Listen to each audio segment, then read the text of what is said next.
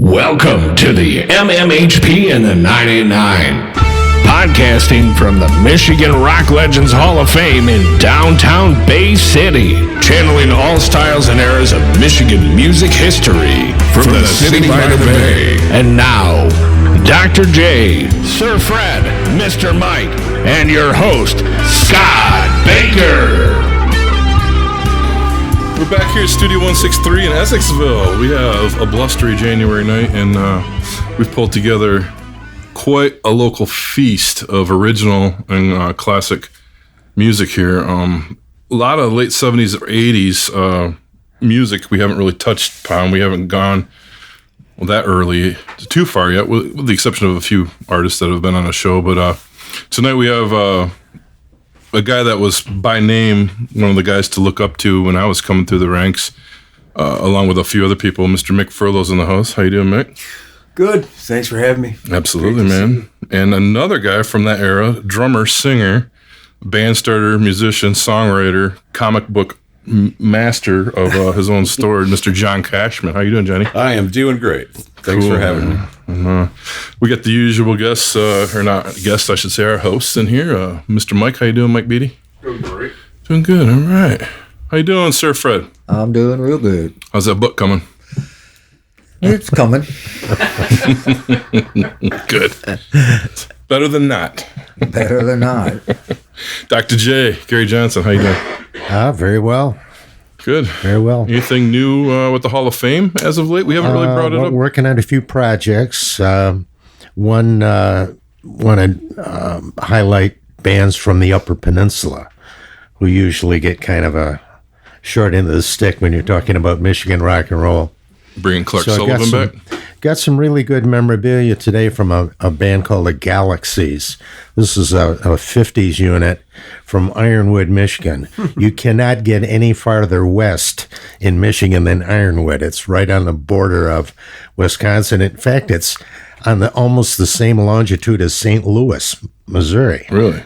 So, yeah, but they were an interesting band. They were produced by Jimmy Bowen. I mean, you have to go back. You got to be as old as I am to remember Jimmy Bowen, who had some hits in the 1950s, kind of a rockabilly guy, worked with Buddy Knox, and then went on to be a very successful record producer. Worked with Frank Sinatra and a number of artists on Reprise Records. But the very first record that Jimmy Bowen produced was the Galaxies. How did you come across these guys? Just serendipity, you know. Just things kind of fall in your lap. But yeah, very interesting story, these guys. Wow, fabulous! And they're going to have an exhibit at? Or? Yeah, well, they've been inducted into the Hall of Fame. This is when we're doing the online voting, and I think everybody in Ironwood and the vicinity in the Upper Peninsula voted for him. I didn't know too much about him until that, but yeah, it's quite an interesting story. That's awesome. Something different, something new. It's every week it seems like we're digging up more and more. Artists that have done original stuff or national stuff, little by little. We're going to pick the whole state apart by the time we get done here. I love it. Oh, sure. Michigan, capital of rock and roll. Yep. We're going to, I wanted to bring these guys in here tonight. We've had Mick on our list for a long time, of a short list of local talent, being that we broadcast out of the Bay City area. If anybody has listened back to the Donnie Brown show, as well as a few others, I think Larry McRae may have even brought it up, but Mick Furlo has been synonymous with kind of being like a good farm club for some of the big national acts that have gone through here, or at least some of the members. His talent alone has been a mainstay as a headliner with his name, and then he took a break, and we got lucky because Mr. John Cashman, who's also here, roped Mick in and put some great pop back out there, and they are on a hot list for recording relentlessly, week to week, month to month, putting albums out left and right since the Savior Machines, and now it's the CFD band? CDF band. CDF band. Cashman, Drysdale, Furlo. Okay. And alphabetical order. And no, we do not play songs only in the key of CD and F. Well, when I first heard it, somebody said, "What's Cashman Band?" I said, "I think it's CDB Band, the CD, like a CDB oil." I was like, "What's that?" We needed to have our own brand of oil. Then. That's nice. Yeah, that's how we make our vinyl. Have you guys started playing out live? Oh yeah. We've been out for a while. Our last album was actually released last year, right? Yeah, we're in a new year, aren't we? Like August or something. Yeah. And seemed to be received pretty well. The three of us are very like-minded in how we write. We all sing. I think that's what sets us apart. Well, and the Savior Machines too. We're everybody in the band could be a lead vocalist. So we're really all about the harmonies and Mick joined at the end of the Savior Machines era there, right? Yeah. And you guys put out 4 or 5 records during that? We did 3. 3, okay. Yeah. Did you do one with Mick? Yeah, the last one was with Mick. Because I know I have the early one, the very first one, I believe. But you guys, you guys were Reed recording mainstays here in town. Yeah, we hats off to Andy Reed. I mean, he makes us sound so good. He's like becomes a member of the band. Fabulous, absolutely. It's just he's a touchstone. He's now nationally known. It's a beautiful. Oh yeah, thing, for sure. So it's definitely a feather in our cap now to say, oh well, I knew him when, that kind of thing. So, well, I want to go dive back each of you individually here. Mick, I'll start with you. The name, the attitude, the variety of music. Like you told me on the phone the other day, 2 records in the 80s that you recall, and any other things you've done. I mean, take us back to how it all began, I guess. When did you get the music bug, and where were you at the time? Saginaw? The Beatles on Ed Sullivan. Okay. That's a standard stamp there. Right. It's like most of us. I lived in Texas in 1978 and 79 in Houston. And, of course, I was learning how to build, it was a construction gig, and I came back to Saginaw in 79, and my brother Tony and I, why don't we play acoustic guitars, and I blow a little harp, and we'll just do a little acoustic thing, and that was kind of popular. People were doing that, so we did that, learned a bunch of songs and had that together and played a few clubs, and were able to make a few dollars and buy some gear, and how that goes. And then eventually it was, we put a band together, got a drummer and a bass player.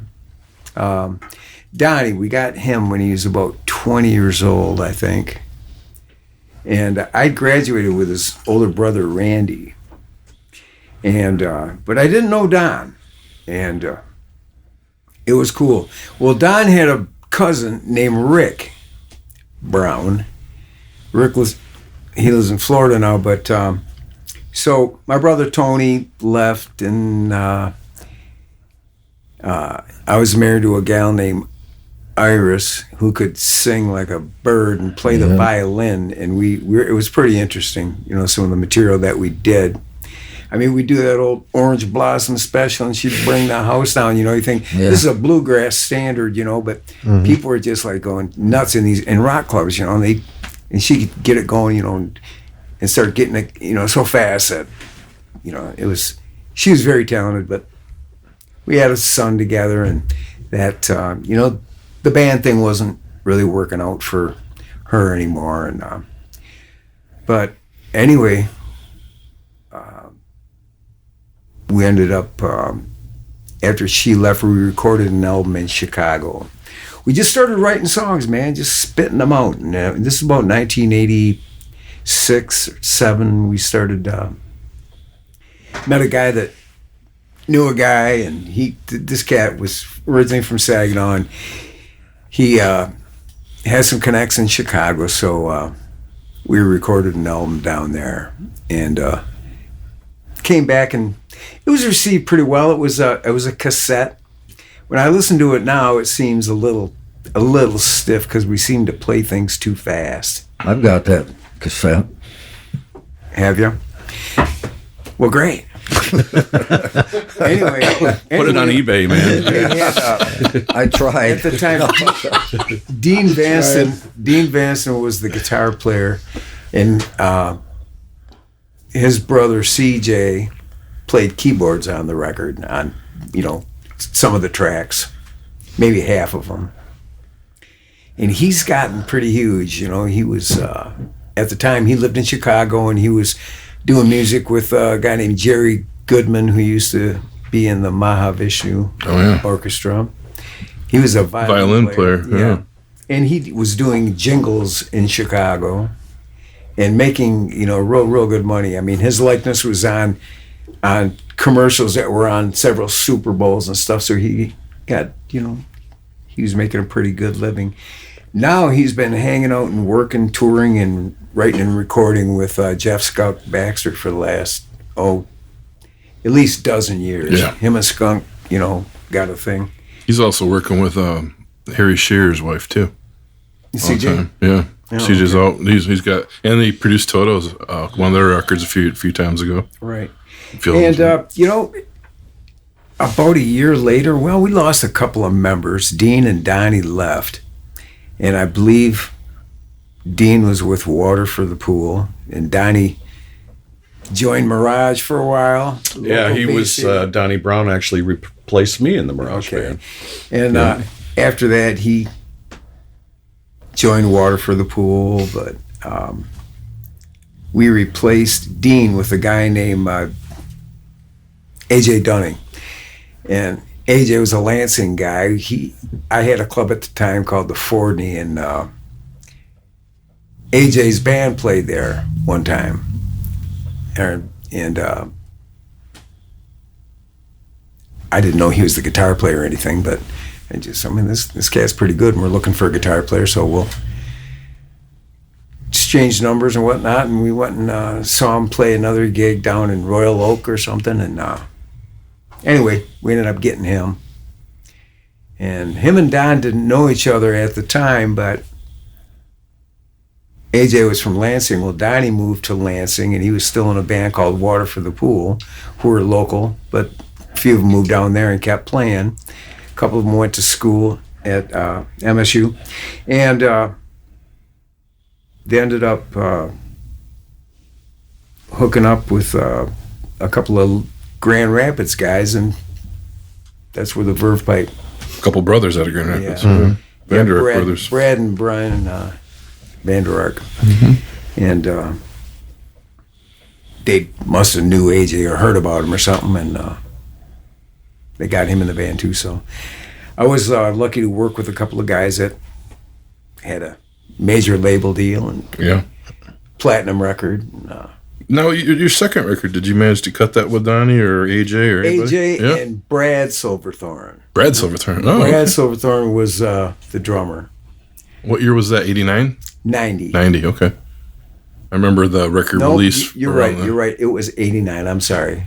It was 89. I remember the big review magazine thing or something I saw on it back in the day. I remember recalling the release. It was a pretty major event. Yeah, and it was nice to have a place to play. Yeah, the Fordney, we could always play there. But Did you own the Fordney? Yeah, Yeah. yeah. Wow. How long did you own that? From 85 to 90, I believe. That sounds about right. Okay. Wow. Yeah. And so, hey, you got to buy, you got a place to play, man. Yes. You got a gig. But really, you know what? It's funny because we had to be careful because we had a release party there, and you just can't play too many originals in a row at a dance club. You know, I mean, after a while, it was more like the guys that played the funk, like Valentine and Q36. Some of the, guys that were playing Prince and Morris Day in the time, that music went over bigger. So we went over bigger in college markets. We like to take off and go to East Lansing and Kalamazoo and Ann Arbor, Grand Rapids, some smaller schools there, but it was a pretty cool music scene in Grand Rapids. So had a lot of fun playing, a whole lot of stories great times. But the records never, went anywhere. We took off in 1990 with some yet a couple of different players again, a different guitarist and a different drummer, and took off one winter, the winter of 1990, and we had those, couple of albums, and just went all like out west and down south from January to late March. So we disappeared that winter. Didn't have to deal with any snow or anything. How did you book gigs? We had this manager out of St. Paul, Minneapolis, St. Paul. He's got Twin City Talent. His name is Marty Essen. And he was a booker too. He's an agent too. And he's into management and whatnot. But he did a good job routing us and getting us the gigs. We had newspaper interviews every city we went to, so he did his job. He did a good job of that. Let them know we were coming, Excellent. So it was pretty cool. And Well, you said you were greatly influenced by the Beatles on Ed Sullivan. Is that when you picked up the guitar, or had you been playing before that? no, I was 5 years old, man. Oh, okay. But that that made me fall in love with rock and roll. Like Okay. probably you too. Yeah, well, I was a little older. It was Elvis for me. Sure. Yeah. Sure. Maybe 9th or 10th grade, 14, 15 years old. I got a guitar, and you have to, you buy some song books, and you have to know the songs because I wasn't a sight reader or anything. And you still have that Strat, right? I is that didn't the get. Strat that you I had? got that when I was 17 Oh, okay. for a graduation gift. Yeah, he still plays that on stage, that Strat. Yeah. Yeah, still got that. But yeah, 9th grade, I started learning how to play. Just taught myself. So, did you form a band when you were in school then? No. Not till I was 21, maybe 22. It was you and Tony, right? Yeah, Tony who? my brother. Your brother. Brother. Okay. This is So when you were doing acoustic, what kind of stuff were you playing? Oh, man. Country was kind of getting cool at the time. And she played violin, and we'd do like Pure Prairie League. Okay. Charlie Daniels, she could play the heck out of that stuff. The South's Gonna Do It Again, and Devil Went Down to Georgia, Long Haired Country, Charlie Daniels stuff. Marshall Tucker, that was pretty huge at the time. And I remember we used to do the Allman Brothers' Jessica, that instrumental from right. the Brothers and Sisters album. And she played the heck out of it. I'm sure it wasn't a violin on there. It was guitars, but her and I did the harmony thing in that lick. Her violin, me guitar. And That's cool. Yeah, it was. It was a good band. It's a good band.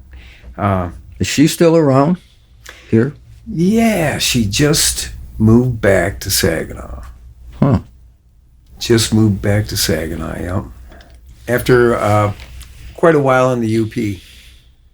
Iron Mountain. Whoa. Okay, right over there near Ironwood. Anyway, Maybe she's a Galaxy's fan. yeah, that's right. I had first cousins that lived in Ironwood for the longest time. We'd go there every once in a while.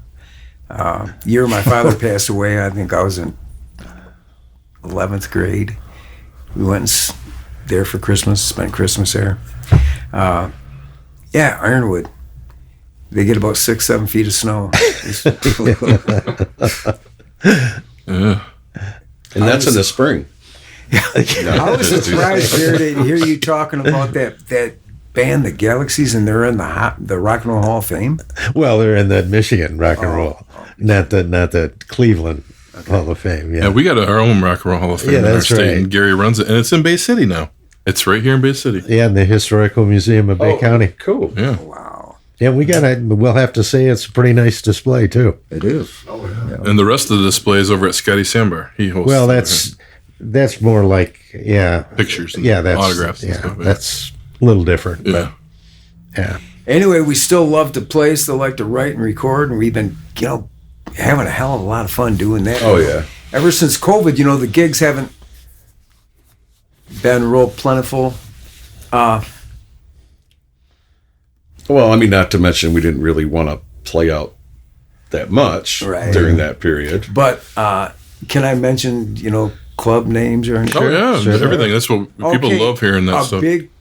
I want kudos to BMO's here in Bay City, or over in Bay City, a couple miles away from here, and White's Bar, because they let you do what you want. They let artists come and play their stuff, and people are receptive to it. You didn't have that back in the 80s or the 90s, really. Yeah, it's nice to play at a club where your original stuff is appreciated. Yeah. And eventually you start playing there enough to where people are requesting it, and then you look out and they're actually singing along with the songs. It's like, wow. And Scotty's Sandbar here too. Yeah. We just started playing there recently, and we got an upcoming show there in February, Right. 18th as well. Oh, good. Yeah. Scotty's has a real nice stage. Oh, yeah. And, and a dance floor, too. And he's so, Jeez. Scotty and Lou over at BMO's, they're so musician friendly because they're musicians. Sure. They understand what we deal with day in and day out, and they provide a very comfortable atmosphere for musicians, and it's great. It is. Johnny, take us back. When did it start for you, man, with the bug? And then you became the Bill Bruford drummer. And I wish my snare made that pong, but for me, I mean, I started pretty early. My dad was a big band's jazz drummer, and probably my first influence. I'm told that at the age of 3, I've got pictures. My mom's got pictures of me with bongos in my hand, just a blur. So drums are in my blood, And my dad, being a drummer, we always had a drum kit in our basement. I would literally play on them, not play the drums, but like with my action figures and bouncing Hot Wheels and shit off the off the heads and stuff, Yeah, so I must love that. Yeah, and then I got big enough to actually stand up. I mean, and you're talking little, I'd stand up and then get a drumstick in my hand and start beating, and I just lived and breathed rhythm, music. was that here in Bay City? No, I grew up in Grosse Pointe. My dad was an international buyer for the Kmart Corporation, and we grew up in Grosse Pointe, and our whole basement was basically set up like a bar. And like I said, he was a big music fan, big band's drummer. All his buds would come over on the weekends, and in our basement we had an upright piano, a gut bucket, which most people, I don't know what that is or not. Freddie would know. Yeah, all right. So, and then we had a trombone and trumpet and drums and a guitar, and just sitting there all the time. So I always had all this influence around me. And then my dad's buds would come over on the weekends, and they'd have these huge blowout parties, and so I knew who Gene Krupa was long before I knew who Mick Jagger was. Put it that way. Mm-hmm. And then eventually, when I was about 7, I could actually play. I mean, I played a beat, and my older brother, had a band, and I would always want to sit in with them. And my brother was like, no, not my little brother, blah, blah, blah. And then his friends would egg him on, and I would start playing. I mean, I think the first song I ever played with the band was Take It Easy by the Eagles. And that was the first harmony I ever learned, too, because I started singing back then. So I've pretty much been playing drums about 51 years now. I'm 58, so yeah, I've been playing as long as I can remember anything. What was the big band your dad was in? Or he was just like, he never really pursued it. No, nothing. He just, before he went he was in World War II, and before he went in the service, he had bands around, just local or from Dayton, Ohio, and they'd play in like Cincinnati, and so he did bands in regionally. Yeah. Okay.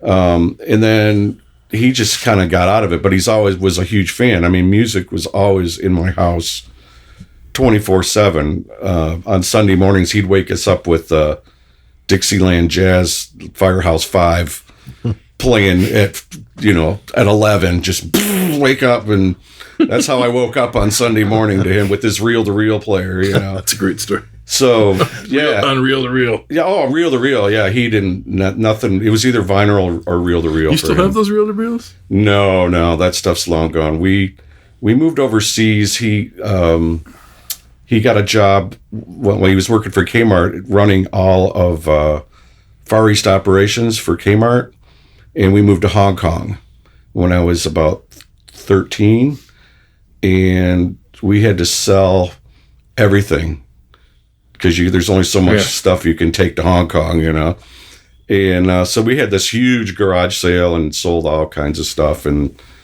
then we all went over and lived overseas for about a year. A year? Yeah, about a year.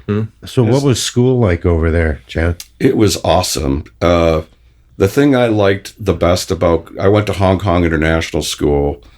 The thing I liked the most about it was it wasn't sports oriented like schools are here, where if you're like big time quarterback guy or played all these sports, you were popular. Over there, if you didn't play an instrument, write, dance, were an artist, poetry, then that was cool. That was what was featured. Yeah. And matter of fact, the high school jazz lab band instructor, his name was Chet Passarelli. He used to play for Bruce Springsteen before he was a saxophone player before Clarence. No doubt. So he got the job to move to Hong Kong because the E Street Band or whatever they were back then wasn't exactly, popular yet or whatever. So he went there and he was actually the high school jazz lab band guy, instructor. And he saw me play. I was only in like 6th grade, 7th grade.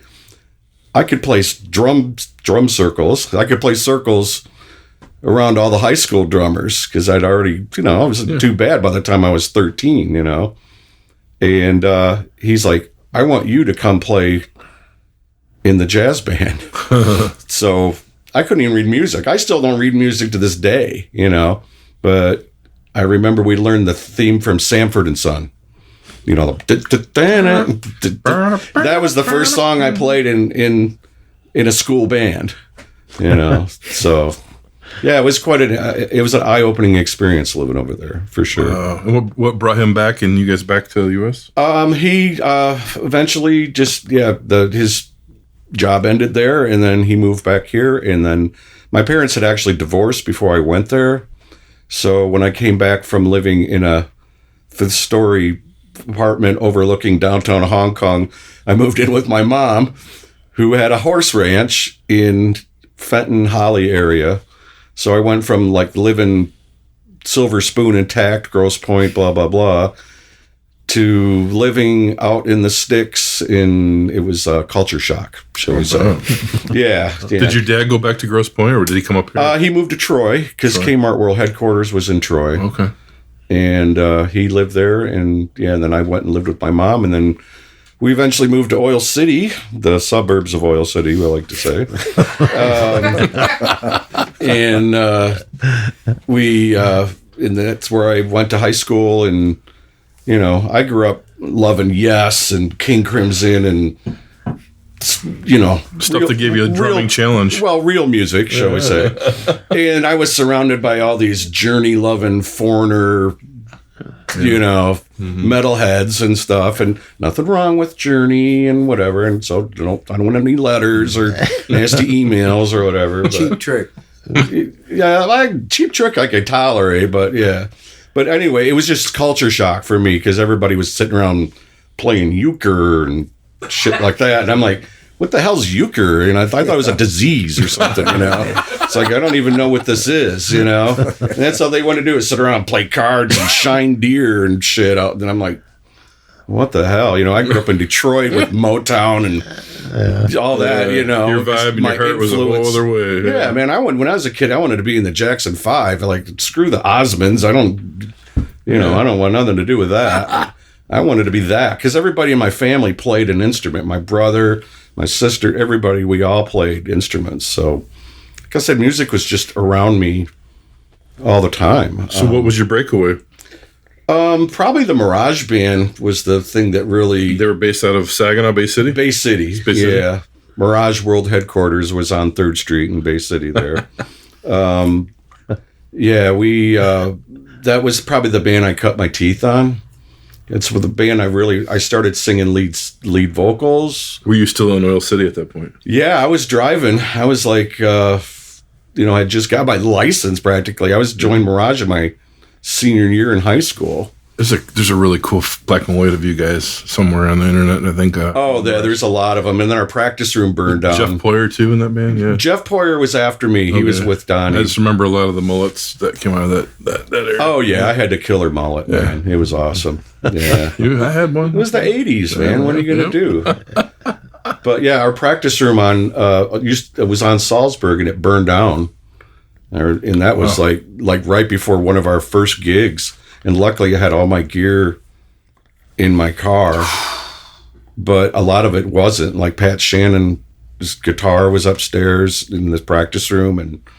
But like there was other bands that rehearsed there too. Like Valentine, I think, was up there rehearsing with us and stuff, or next to us. But yeah, our practice room burned down, and I'll never forget the headline on the Bay City Times. It was Mirage sings sad song in fire. And they showed us right in front of it, all just standing there with our you-know-what in our hands going, like. Wow. Yeah, it was heavy.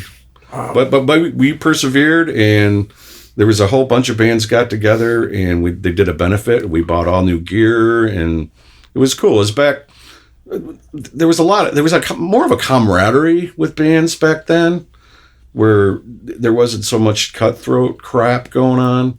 It's like we really helped each other out and lifted each other's spirits. And there were a lot more places where you could play then, too. Oh yeah, for sure. Yeah, that seems to be the issue today. There's just not very many. And we made so much more money. I made more money in the 80s than I do now. I mean, playing. And I understand it's hard for bar owners because they have, the insurance they got to pay now that did not exist back then. Drunk driving laws have gotten worse, and and there's a lot more things to take people's attention now. Before live music was it. Now then first came karaoke, and then DJs and karaoke and stuff like that, and cell phones. Yeah, well, that's a whole another thing, but. You could stay in the same spot for 5 nights, sometimes 6 nights. Yeah, oh yeah. Well, when you're talking a little bit about Mick's history there, I admired Mick Furlo so much at that time when I was first getting started with Mirage and all that. And then I started working for the Rose Robert Agency, which was Musicians of Michigan back then. I was an agent, and I actually booked Mick's band quite a bit in a lot of the same clubs that Ivory Tower and Radiotherapy was playing at as well. But you went on to play in both those bands. Oh yeah, that was later on. But it was so weird. I really admired his career from afar, and like to this day, we'll be on stage and I'll look over and I'll see Mick standing there, and I'm like a giddy little schoolgirl, you know what I mean? It's like, oh my God, I'm on stage with Mick Furlo, man. This is freaking awesome. No, man, it's true. And you were talking about Iris, and when she was with you, I remember clearly, Chris Shannon and I went and saw you play somewhere in Saginaw, and you guys were doing Sunday Bloody Sunday by U2, and she was just nailing it with our violin, and Chris and I were like, we want to do that, you know what I mean? We want to play that, because we were in the Mirage Band. We were all still doing like Iron Butterfly and Bob Seger, and nothing wrong with that stuff. But we just, U2 was like a new thing back then, And I think from the standpoint of local musicians, when people bring up Mick, and I hear this often, not just U2, but REM, was it that you covered too? Was it the U2 and REM covers that you were? I mean, it seems like. Always like, oh my gosh, he did this U2 cover or this REM cover, and it just blew people's minds away with him. And we went back and told Jim Davies, we're like, we want to do some U2, we want to do some REM, we want to do some In Excess. We just saw Mick play all these songs, and this is the future, And Bay City went from him doing his southern rock kind of thing all the way into the indie thing, like immediately, boom, during the hair metal era. Exactly. So that led to Chris Shannon singing, because I was in Mirage with the Shannon brothers, Chris Shannon, Pat Shannon, and all of a sudden Jim started playing bass on some songs.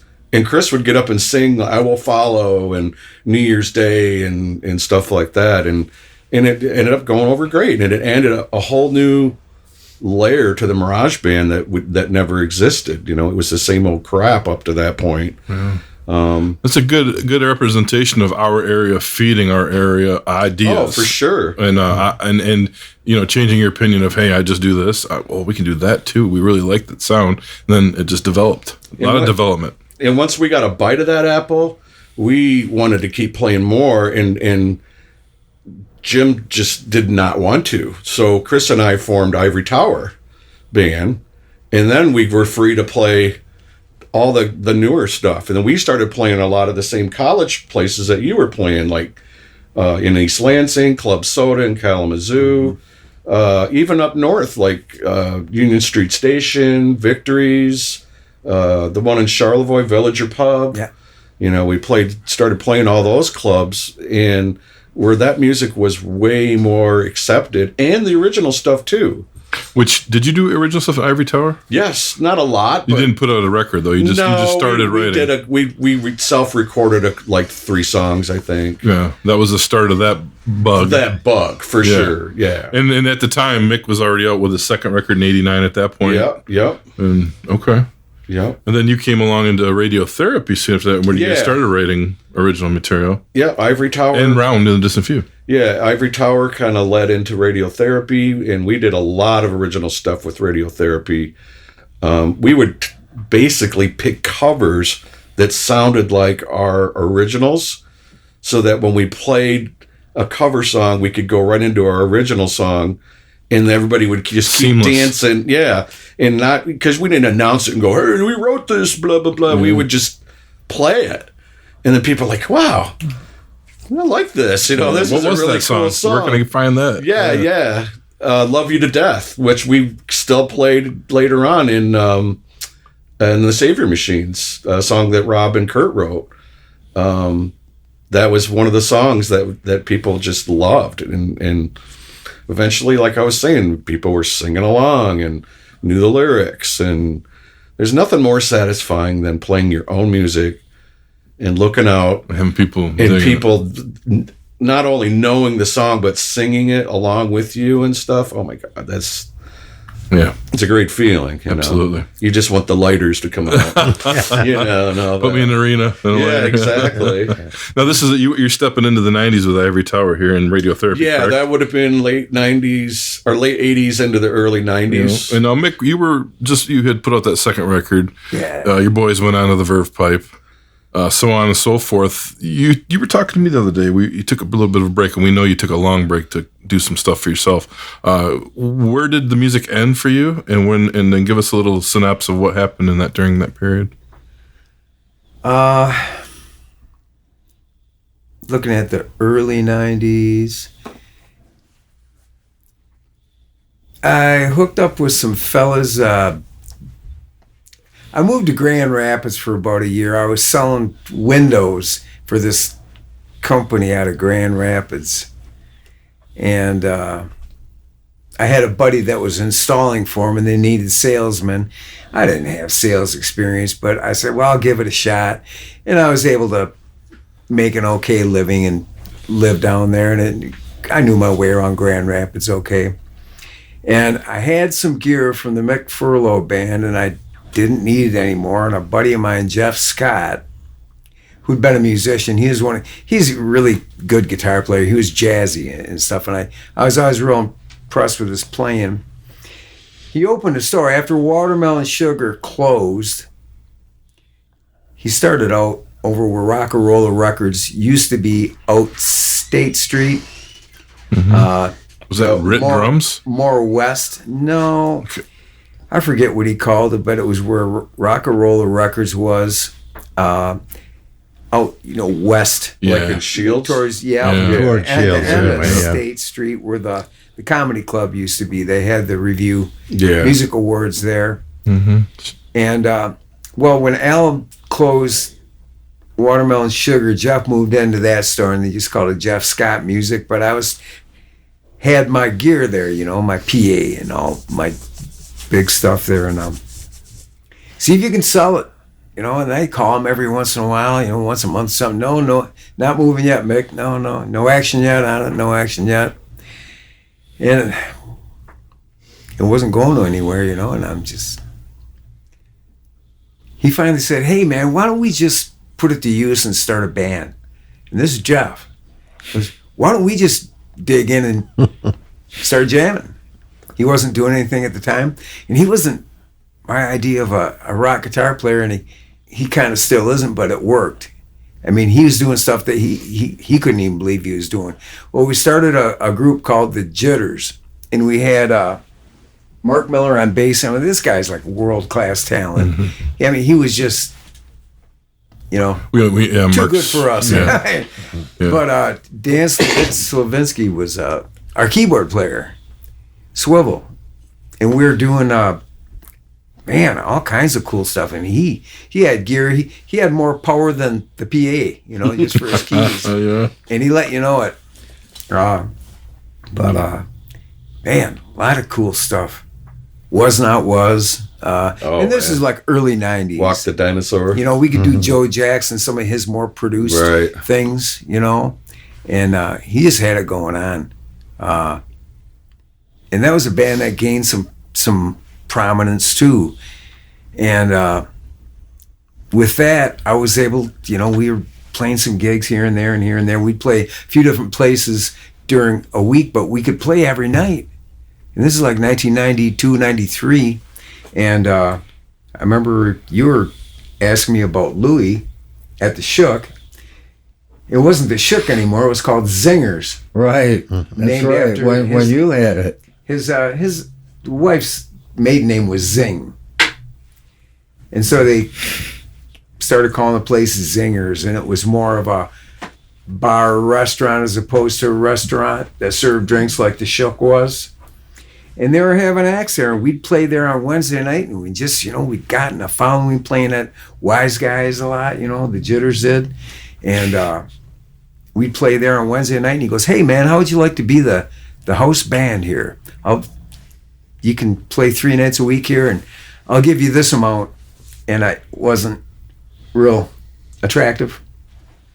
And so I said, well, let me sleep on that one, Lou.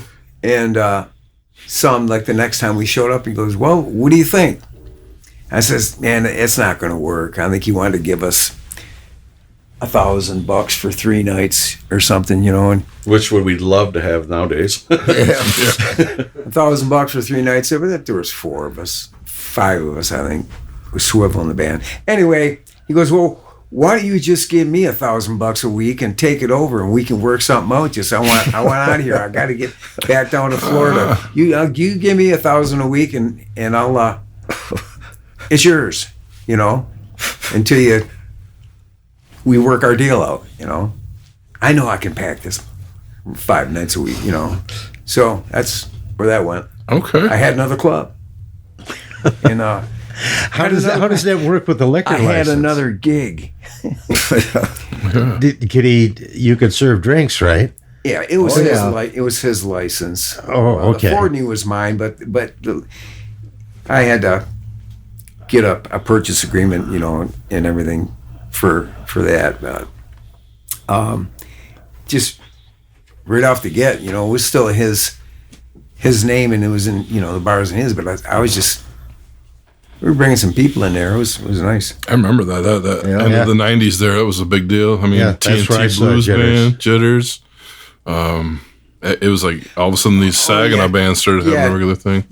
Another distant cousin, Tony Furlo, he put a band together called Wet Cement. Yeah. And they got really huge around the area. Yeah. And they were real good. People loved them. Shovel was another one. Shovel and Wet Cement were the big 90s bands coming out at that time. Yeah.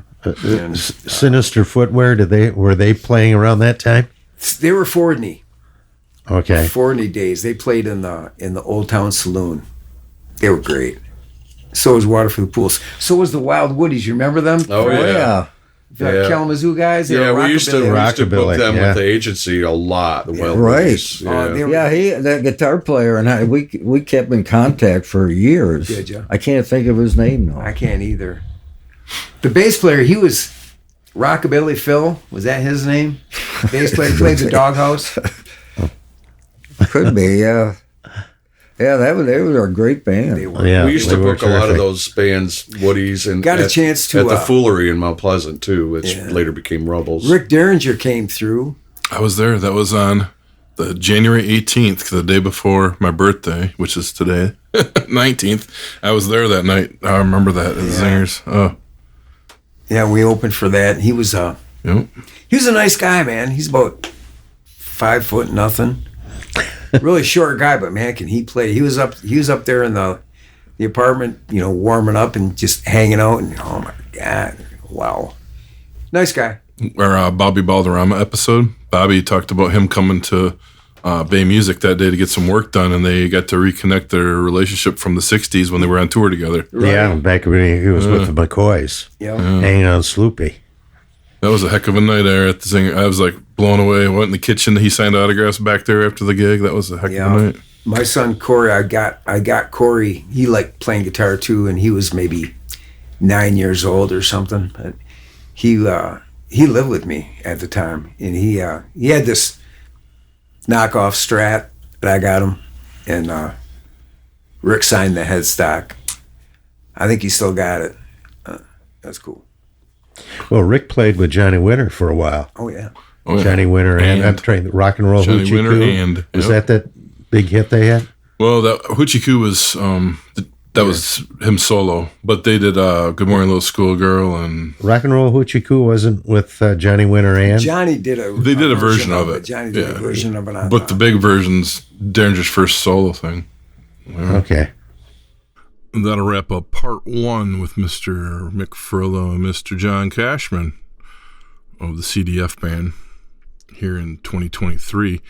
Quite the back history, Michigan music for both of them, from the stage to booking to clubs to all these band stories. And we are going to come back to part two here in 2 weeks and wrap up the Furlo Cashman show here on the MMHP and the 989. Please come along with us. We'll see you back then. Thank you. The MMHP is hosted on Apple, Spotify, YouTube, and our own Libsyn podcast site. You can also search MMHP 989 on Facebook for up-to-the-minute information, as well as both Dr. J and Sir Fred's album picks of the week, posted every weekend. Don't forget to look for Mr. Mike's local music live series, posted frequently on MMHP's Facebook hub, as well as Scott's Mid-Mitten 15 from Harvest Canteen, featuring one-on-one interviews with Michigan music artists. You can connect with Scott on the web at scottbakermusic.com, Dr. J at michiganrockandrolllegends.com, Sir Fred at fredrife.com, Mr. Mike at YouTube at Mr. BT1. That's MRBTEE and the number 1. Brought to you by Michigan Rock and Roll Legends, located both inside the Bay County Historical Museum on Washington Avenue, as well as Scotty's Sandbar on Evergreen Drive at the Bay City Middle Grounds. On behalf of our hosts, Dr. J, Sir Fred, Mr. Mike, and myself, this podcast wouldn't have been here without the voice of the MMHP, Mr. Eddie Switek, the generosity of the Bay County Historical Museum, which hosts the Rock and Roll Legends Hall of Fame, as well as this podcast, Mr. Alan Garcia, all of our guests, and especially to the listeners. We want to thank you.